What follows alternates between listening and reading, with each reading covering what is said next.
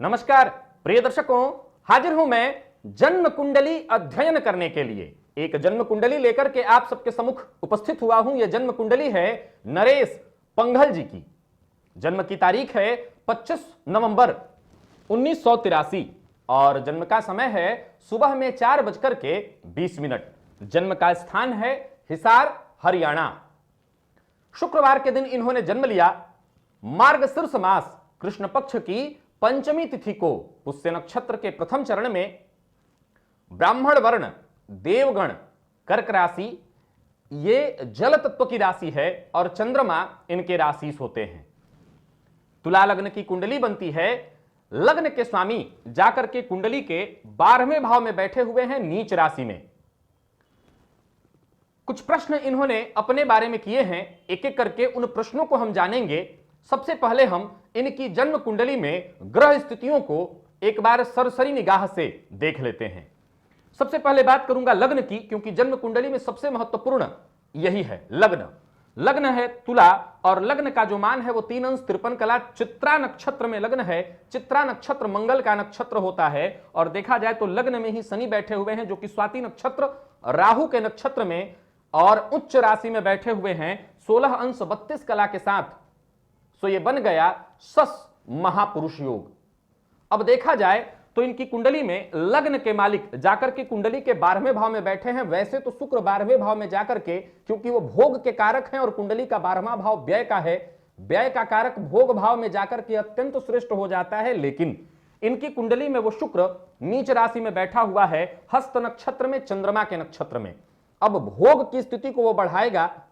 और यहां एक बात ध्यान रखना है, शुक्र भले 12वें भाव में हो जाकर के बली होता हो, लेकिन जब नीच राशि में हो जाए तो जातक को अनधिकृत रूप से व्यय करने के लिए मजबूर करेगा, गलत चीजों पर भी कई बार व्यय करने के लिए मजबूर करेगा और कई बार गलत शौकों पर, गलत लत पर खर्च करने के लिए मजबूर करेगा। लेकिन हमेशा यहीं पर सावधान हो जाना चाहिए और किसी भी व्यक्ति की कुंडली पे एकाएक ये कहने से पहले ये देख लेना चाहिए देश, काल और परिस्थिति। क्योंकि शुक्र नीच राशि में बैठा है तो यह भी हो सकता है कि जातक की मनोवृत्ति ऐसी होती हो, जरूरी नहीं है कि वो करता भी हो, यह हो सकता है कि उसकी मनोवृत्ति ऐसी हो जाती हो। कुंडली के द्वितीय भाव में चतुर्ग्रही योग, 4 ग्रह एक साथ बैठे हुए हैं और वो है सूर्य, केतु, बुध और गुरु। ये 4 ग्रह कुंडली के द्वितीय भाव में हैं। यहां देखा जाए तो लाभ भाव का स्वामी सूर्य अनुराधा नक्षत्र में, जो कि शनि का नक्षत्र है, 8 अंश 27 कला के साथ महाधनी योग लगा करके बैठे हैं। वहीं इनकी कुंडली में भाग्य का मालिक बुध भी जाकर के वहीं पर 22 अंश 28 कला के साथ बैठा हुआ है और वो ज्येष्ठा नक्षत्र में, खुद के नक्षत्र में बैठकर अतिबली महाधनी योग बना रहा है। यानी कि लाभेश का धन भाव में बैठना और भाग्येश का जाकर के धन भाव में बैठना, 2 प्रकार से यह महाधनी योग हुआ। लेकिन इनकी कुंडली में चलित चक्र में देखने पर कुछ बहुत सारे बदलाव देखने को मिल रहे हैं। और वो बदलाव क्या है, देखा जाए तो यहीं पर केतु भी बैठे हुए हैं और वो केतु 22 अंश 19 कला के साथ बैठे हुए हैं। केतु, बुध और गुरु लगभग एक समान अंश पर हैं और नक्षत्र भी उन्होंने एक ही लेकर रखा है, बुध का नक्षत्र।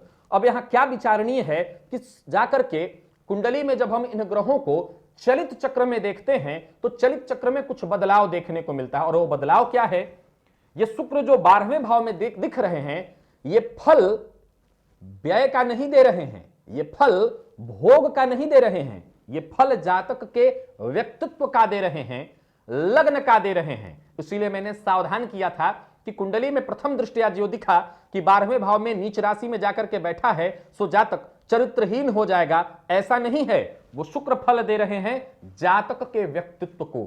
अतः जातक व्यक्तित्व का धनी हो जाएगा, क्योंकि शुक्र व्यक्तित्व को भव्य तो बनाते ही हैं, स्त्रियोचित कोमलता, वाणी में स्त्रियोचित गुण भरते हैं और कहीं ना कहीं जातक को उच्च कोटि का कलाकार बना देते हैं, अभिनयकर्ता बना देते हैं। ये कह सकता हूं कि जातक के अंदर क्या चल रहा है ये पहचानना और ये पकड़ना बहुत मुश्किल हो जाएगा। अब जरा ध्यान से देखिए, यहां पर और भी बहुत बदलाव हो रहा है। यहां सूर्य को छोड़कर बाकी सारे ग्रह पराक्रम का फल दे रहे हैं, यानी कि पराक्रमेश पराक्रम का फल दे रहे हैं। सो फलस्वरूप ये राहु जो अष्टम भाव में दिखाई पड़ रहे हैं, इसका मतलब है वो उच्च का भाग्य भाव का फल दे रहे हैं, जो कि बहुत ही श्रेष्ठ है। अब बात चंद्रमा की करते हैं। कर्क राशि के हैं ये। देखा जाए तो तुला लग्न और कर्क राशि वायु तत्वीय लग्न, जातक की चाह बहुत जबरदस्त आगे बढ़ने की ये वायु तत्वीय लग्नों में विशेष रूप से देखने को मिलता है। अग्नि और वायु तत्व हो तो ऐसे जातकों की चाह आगे बढ़ने की बहुत ज्यादा होती है। लेकिन अगर बात राशि की करें तो चंद्रमा कर्क राशि में है, फलस्वरूप खुद की राशि में होने से अच्छा तो है, लेकिन जरा ध्यान से समझिए, चंद्रमा दिग्बली होते हैं कहां? कुंडली के चतुर्थ भाव में। तो सीधा हुआ कि कुंडली के दसम भाव में दिग्बल से सर्वथा विहीन, लेकिन स्वगृही है, ये प्लस पॉइंट। अब देखा जाए तो चंद्रमा 5 अंश 29 कला के साथ मृत अवस्था में बैठे हुए हैं और पुष्य नक्षत्र में शनि के नक्षत्र में बैठे हुए हैं। शनि से दृष्ट भी हैं। क्या करेंगे? क्योंकि ये चंद्रमा दोनों तरफ से देखा जाए तो कोई ग्रह नहीं कि मद्रुम नामक दुर्योग से पीड़ित। वैसे तो गुरु की दृष्टि पड़ रही है, वैसे तो धन भावस्थ गुरु की दृष्टि पड़ रही है, लेकिन एकमात्र अकेले गुरु की दृष्टि से बात नहीं बनेगी, क्योंकि साथ साथ केतु का भी दृष्टि संबंध बन रहा है, शनि का भी दृष्टि संबंध बन रहा है। चंद्रमा कमजोर अंशों पर है, फलस्वरूप ये मन को अशांत करेगा और जातक को किसी एक कार्य में स्थिर नहीं रहने देगा। जातक की स्थिरता कार्य क्षेत्र में नहीं बन पाएगी, क्योंकि चंद्रमा का स्वभाव ही है घटना और बढ़ना। लेकिन प्लस पॉइंट बहुत सारे दिखे हैं, और वो प्लस पॉइंट ये कि राहु जो अष्टम में दिख रहा है भाग्य भाव का फल दे रहा है, शुक्र जो 12वें दिख रहे हैं वो लग्न का फल दे रहे हैं, और लाभेश जाकर के धन भाव का फल, और बाकी के ग्रह पराक्रम का फल दे रहे हैं। ये तो ही इनके ग्रहों की स्थिति। अब आइए कुछ बातें आपको इनके बारे में मैं बता देता हूं। एमबीए किया हुआ है इन्होंने, और सिक्किम मणिपाल यूनिवर्सिटी से 2007 में कई जगहों पर काम करने के बाद अभी खुद का व्यवसाय कर रहे हैं। कई जगहों पर काम करने के बाद, क्योंकि कर्म भाव में बैठा चंद्रमा स्थिरता नहीं लेने देता। तो क्या अब लेने देगा? नहीं, अब भी नहीं। अब भी ये वही करेगा, अस्थिर बनाएगा। क्यों? क्योंकि इसका स्वभाव है। क्यों? क्योंकि इस पर शनि की दृष्टि पड़ रही है। वो काम करेगा ही, विच्छेदात्मक शनि ये काम कराएंगे ही। अब गौर करिए, शनि लग्न में बैठ करके वैसे तो सस महापुरुष योग बना रहे हैं, केंद्र त्रिकोण राजयोग बना रहे हैं, अच्छा योग है, लेकिन शनि को भी देखा जाए तो वो सप्तम में दिग्बली होते हैं, तो सर्वथा दिग्बल से हीन हुए। एक दूसरा ये हुआ कि शनि लग्न में बैठे तो वायु तत्वीय राशि में है, मित्र राशि में है, उच्च के हैं, और उच्च के ग्रह को 5 अंक प्राप्त हो जाता है, वो बली होता है, सर्वाधिक बली होता है। लेकिन ये शनि लग्न में बैठ करके एक काम करेंगे, जहां सस महापुरुष योग है, तो सस महापुरुष योग के साथ एक शर्त भी लागू हो जाती है। और वो शर्त क्या है? वो शर्त यह है कि जातक को जीवन काल में मिलेगा तो सब कुछ, प्राप्त तो सब कुछ होने वाला है, लेकिन हर चीज में विलंब, हर चीज में देरी। और शनि की दृष्टि जो चंद्रमा पर पड़ी तो मानसिक अशांति। शनि की दृष्टि व्यापार भाव पर पड़ी, लग्न में उच्च राशि में बैठे हैं। सो मैंने बताया कि ग्रह जब उच्च का हुआ तो अत्यंत बली हुआ, सो वो विच्छेदात्मक दृष्टि नहीं डालेगा। वो दृष्टि जो डालेगा वो कहीं ना कहीं विकास के दृष्टिकोण से ही डालेगा। लेकिन सप्तम भाव पर उसकी मित्र दृष्टि नहीं है, नीच दृष्टि पड़ रही है, फलस्वरूप कहीं ना कहीं उस भाव से संबंधित प्रभाव में परेशानी तो जरूर आएगी। चलते हैं इनके बारे में जानकारी लेने के लिए। इन्होंने बताया आगे कि खुद का अब व्यवसाय कर रहे हैं, करने जा रहे हैं, और क्या करना चाहते हैं? तो स्टील प्लांट की यूनिट ये बैठाना चाहते हैं, स्टील प्लांट लगाना चाहते हैं। और आगे इन्होंने कहा कि क्या इनको इसमें सफलता मिल पाएगी। आगे बढ़ेंगे हम, पहले इनके बारे में और चीजें जान लें, फिर हम जानेंगे कि इनको व्यापार में सफलता मिलेगी या नहीं। धातु की बात चल रही है, धातुओं से संबंध, अगर सफेद स्टील की बात करें तो सफेद है, मुख्यतः सफेदी के कारक शुक्र और चंद्रमा है। धातुओं की बात करें, शनि उसके मुख्य कारक हैं। तो शुक्र और चंद्रमा का जहां प्रभाव सफेद होने के चलते, वहीं धातु स्टील जो है उस पर शनि का प्रभुत्व हुआ। अब ये जो जानना चाहते हैं उसके बारे में हम बाद में जानेंगे, लेकिन इनके प्रश्नों की तरफ चलते हैं। अब आगे इन्होंने पूछा है कि क्या मैं बहुत बड़ा उद्योगपति बन पाऊंगा। यहां एक बात कहना चाहता हूं, जन्म कुंडली में योग कैसे हैं, यह बात तो निसंदेह तय करता है कि जातक उच्च कोटि का व्यक्ति बन पाएगा या नहीं, उच्च कोटि का उद्योगपति बन पाएगा कि नहीं, सफल व्यक्तित्व वाला बन पाएगा कि नहीं। लेकिन यह तय करता है, यह तय होता है उस जातक की चाह से।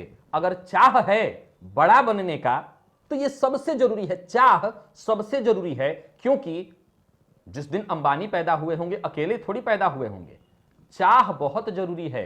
निसंदेह ग्रह योग सहयोग करते हैं और वो जातक को वहां तक पहुंचाते हैं, लेकिन उस जगह तक पहुंचने में जातक की चाह काम करती है। तो जैसा कि मैंने कहा, इनकी चाह बड़ा उद्योगपति बनने की है, वो हम देखेंगे ये बन पाते हैं कि नहीं। व्यवसाय शुरू करने के लिए लगभग 35-40 लाख का कर्ज ले रखा है, कुछ बैंक से और कुछ सगे संबंधियों से। ऋण भाव का मालिक धन भाव में बैठा है, फल दे रहा है पराक्रम का। ऋणेश धनस्थ हो जाएं तो जातक आजीवन ऋण में रहता है, ऋणेश धनस्थ हो तो जातक आजीवन ऋण में रहता है, लेकिन वो पराक्रम का फल दे रहे हैं, फलस्वरूप जातक अपने पराक्रम से ऋण से उऋण हो जाएगा, कोई समस्या नहीं। अब आगे इन्होंने पूछा है कि पैसे आते तो हैं पर खर्च हो जाते हैं। सीधी सी बात है, शुक्र और मंगल दो दो ग्रह 12वें भाव में बैठे दिखाई पड़ रहे हैं, तो कहीं ना कहीं, और शुक्र लग्न के हैं आप, तो जाहिर सी बात है कि ऐश्वर्यवान जीवन चाहिए, हर चीज में लग्जरियस चाहिए, फलस्वरूप धन का व्यय होना, धन का खर्च होना तो स्वाभाविक है, तो वो होता ही रहेगा। मंगल भी बैठे हैं शुक्र के साथ 12वें भाव में। कल ही मैंने बताया था कि शुक्र और मंगल साथ हैं तो हम झट से पहुंच जाएं कि जातक इन्हीं चीजों पर खर्च करेगा, चरित्रहीन होगा, जरूरी नहीं है। वो ये देखना जरूरी है कि किस तरह की स्थिति है। जैसा कि मैंने यहां सिद्ध किया कि शुक्र फल ही लग्न का दे रहे हैं, वहां बैठे जरूर हैं, युति जरूर है, लेकिन वो फल वहां का प्रदान नहीं कर रहे हैं भोग का। लेकिन मंगल भी हैं और ग्रह प्रथम दृष्टिया दिखाई पड़ रहा है, तुला लग्न की कुंडली है, तो जातक का स्वभाव लग्जरियस होता है, लग्जरियस की चाहत होती है। सीधी सी बात है, व्ययाधिक के इसी के कारण होता है, होता रहेगा। आगे इन्होंने पूछा क्या आगे कर्ज ले सकते हैं, तो सीधी सी बात है, आपकी जन्म कुंडली में ऋण भाव का मालिक धन भाव में बैठकर पराक्रम भाव में ऋण से ऋण 6 घर आगे बढ़ने पर लाभ होता है। लाभेश जाकर के धन भाव में बैठे हैं महाधन योग। सीधी सी बात है, ऋण लेना आपके लिए श्रेयस्कर है, ऋण लेने से दिक्कत नहीं, परंतु मंगल की दृष्टि पड़ रही है। मंगल ऋण के कारक, ऋण पर दृष्टि डालकर के ऋण दिलवाएंगे, ऋण से आपके काम बनाएंगे, लेकिन ऋण दिया तो फंसेंगे। अब सवाल उठता है, व्यापार करने जा रहे हैं, उद्योगपति बनने जा रहे हैं, बिना ऋण दिए कैसे उद्योगपति होंगे, बिना पैसे फंसाए उद्योगपति कैसे होंगे? तो तैयार रहना होगा डुबाने के लिए। अगर व्यापार में जाएं तो एक बात मैंने व्यापारियों से सुनी और सीखी, क्या? जब तक थोड़े से पैसे के लिए लड़ेंगे, जब तक थोड़े से पैसे के पीछे भागेंगे, तब तक उससे 3 गुना अधिक कमा लेंगे। तो यह सूत्र याद रखना होगा, क्योंकि पैसे फंसने तो तय हैं। बल्कि यहां तक कहूंगा, ऋणेश जाकर के धन भाव में बैठे हों और जातक गलती से किसी की मध्यस्थता करा करके धन दिला दे, तो यूं समझ लीजिए कि वो धन तो उसे अपने घर से भरना पड़ेगा। कभी किसी को धन नहीं दिलवाना चाहिए। आगे स्वास्थ्य से संबंधित इन्होंने एक बात लिखी है कि दांत की समस्या से परेशान रहा हूं, आगे तो नहीं होऊंगा। कुंडली में सप्तम भाव में पापक ग्रह की दृष्टि हो, पापक ग्रह हो या सप्तमेश पीड़ित हो या सप्तमेश 6वें 8वें 12वें हो, तो जातक दंत रोगी होता है, दंत से संबंधित उसको परेशानी होती है। तो इस भाव का मालिक 12वें भाव में जाकर के बैठा है, राहु की दृष्टि पड़ रही है, शनि की दृष्टि सप्तम भाव पर पड़ रही है, फलस्वरूप ये रोग हुआ। आगे भी संभावना बनेगी, सावधान आपको रहना होगा। इन्होंने आगे पूछा है, राजनीति में जाना संभव है? सस महापुरुष हो, योग हो तो जातक निसंदेह राजनीति में जाता है, राजनीति में प्रवृत्त होता है। राहु भाग्य भाव का, धर्म भाव का फल दे रहे हैं और राजनीति का भी रास्ता यहां से बन जाता है।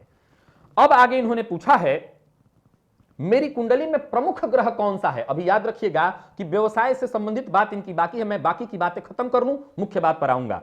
मुख्य ग्रह कुंडली में कौन सा है?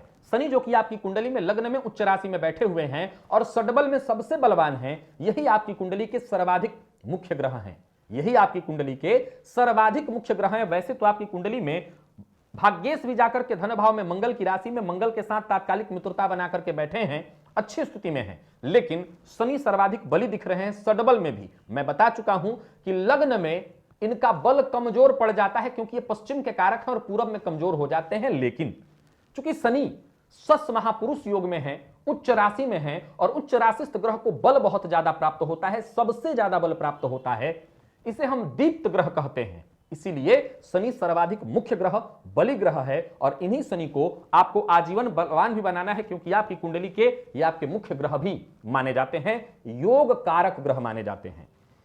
अब आगे इन्होंने पूछा, मुख्य ग्रह की बात हो गई। वर्तमान समय में इनको केतु की महादशा चल रही है। अब इन्होंने पूछा है कि कैसी रहेगी केतु की महादशा। केतु की महादशा के बारे में बाद में जानेंगे, इनके व्यापार से जोड़ करके पूछा आगे इन्होंने कि दांपत्य जीवन कैसा रहेगा और सगे संबंधियों से हमेशा अच्छा रहेगा या नहीं। सप्तम भाव का मालिक जाकर के 12वें भाव में, सप्तम भाव पर शनि की दृष्टि, सप्तम का कारक जाकर के 12वें भाव में। दांपत्य जीवन में दो बातें होती हैं। पत्नी के स्वभाव को यहां कह सकता हूं थोड़ा चिड़चिड़ा होता है, तो मतभेद होता है और चिड़चिड़ा होने के पीछे का एक कारण भी है। क्या? सप्तमेश का जाकर के अपने ही घर से 1 2 3 4 5 6 घर आगे रोग भाव में बैठ जाना।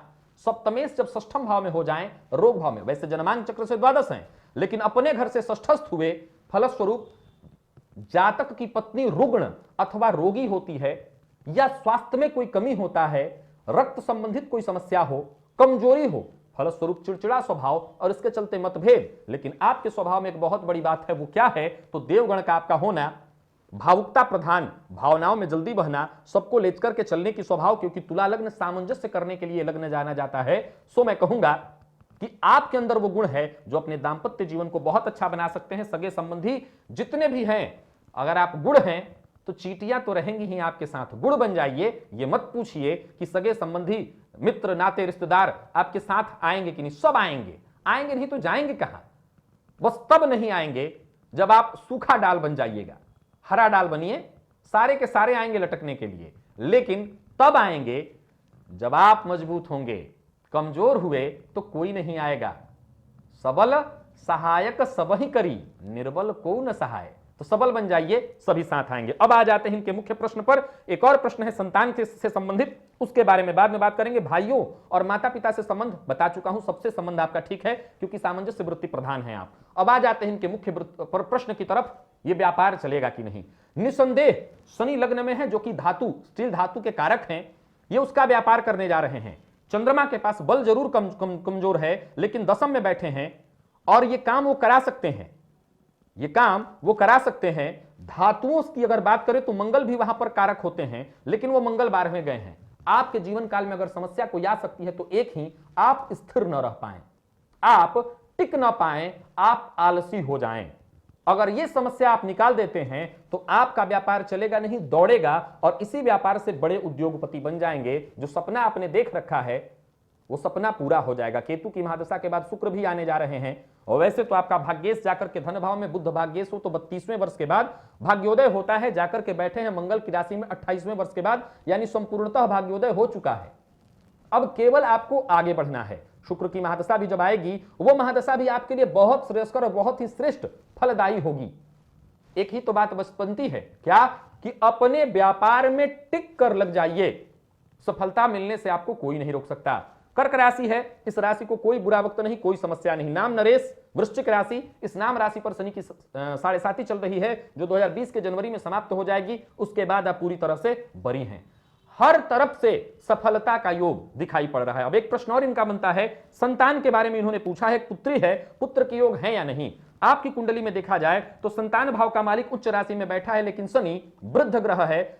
वृद्ध होने के चलते, अथवा इसे भी वृद्ध के कारक ही स्त्री ग्रह की गणना में की गई है, तो ये पुरुष ही, लेकिन स्त्री ग्रह की गणना इसकी हुई। अब वृद्ध है, फलस्वरूप ये कन्या संतति देता है। संतान भाव पर अगर दृष्टि डाली जाए तो बाकी किसी भी ग्रह की दृष्टि नहीं पड़ रही है। संतान भाव कमजोर पड़ जा रहा है किसी भी पुरुष ग्रह की दृष्टि के बिना, और पुरुष ग्रह की दृष्टि संतान भाव पर न हो तो संतानोत्पत्ति में बाधा होती है। ऐसा न कहिए कि नहीं होगी, बाधा होती है। क्यों?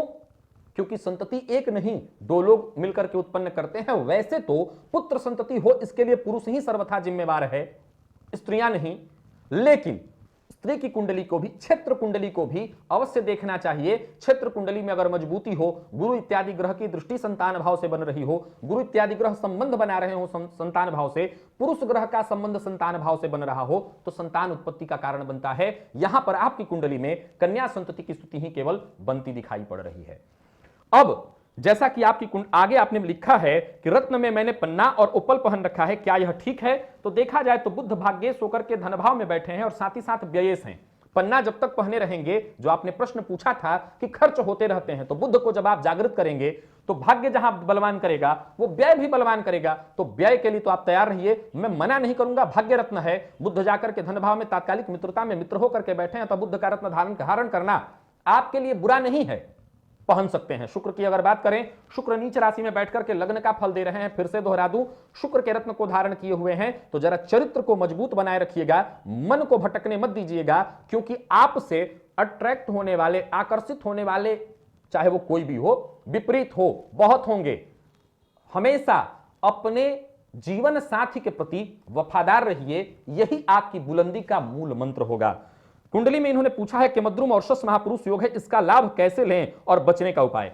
केमद्रुम योग से बचना चाहते हैं तो मात्र एक उपाय सदैव सबके लिए, केमद्रुम योग से बचना चाहते हैं, भगवान शिव की शरण में आइए, भगवान शिव की शरण में आइए और उनका अभिषेक किया करिए हर सोमवार के सोमवार।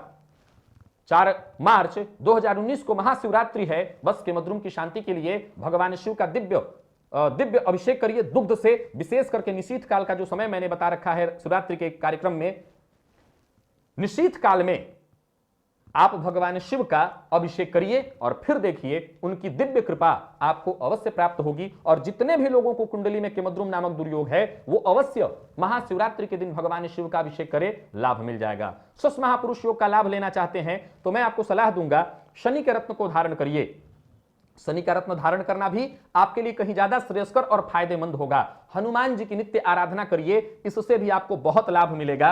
इस कुंडली में पंचम के मालिक शनि लग्न में जाकर के बैठे हैं, हनुमान जी की आराधना से आपका उत्तरोत्तर विकास हो जाएगा। एक और काम करिए, प्रतिदिन बटुक भैरव अष्टोत्तर सतनाम स्तोत्र का 3 पाठ, कम से कम, नहीं करते तो 1 पाठ, लेकिन कम से कम 3 पाठ आपको करना चाहिए। दूसरा एक काम और आपको कर लेना चाहिए, हनुमान जी के मंदिर में दर्शन के लिए सदैव जाया करिए, भगवान सूर्य को अर्घ्य दिया करिए, क्योंकि लाभेश जाकर के धन भाव में अनुराधा नक्षत्र में, शनि के नक्षत्र में, मंगल की राशि में होने से तो बली हैं, लेकिन अनुराधा नक्षत्र में होने के कारण वो थोड़े कमजोर पड़ रहे हैं। हनुमान जी, भगवान सूर्य को अर्घ्य प्रदान करते रहिएगा, आजीवन करिएगा, लाभ मिलेगा। नेत्र संबंधित विकारों से मुक्ति मिलेगी, तो ये काम आप कर लीजिए। ज्यादा कोई उपाय करने की जरूरत नहीं, उपाय तो सिर्फ मेरा एक ही है, क्या? टिक कर काम करिए और कुछ नहीं करना, क्योंकि कर्क राशि के जातक थोड़े आलसी हो जाते हैं और यही एक समस्या है उनकी असफलताओं का। इसे ठीक कर लीजिए, कहीं कोई समस्या नहीं। और शुक्र की महादशा, केतु क्या कर रहा है? केतु बीज डालने का काम, बीज बोया जा रहा है और शुक्र की महादशा में बुलंदी देखेंगे। शुक्र की महादशा में जो आप चाह रहे हैं वो देखेंगे, तैयार हो जाइए। तो प्रिय दर्शकों, ये थी एक जन्म कुंडली जिसका मैंने अध्ययन किया। आज के लिए बस इतना ही, इजाजत दीजिए, कल पुनः मुलाकात होगी। तब तक के लिए नमस्कार।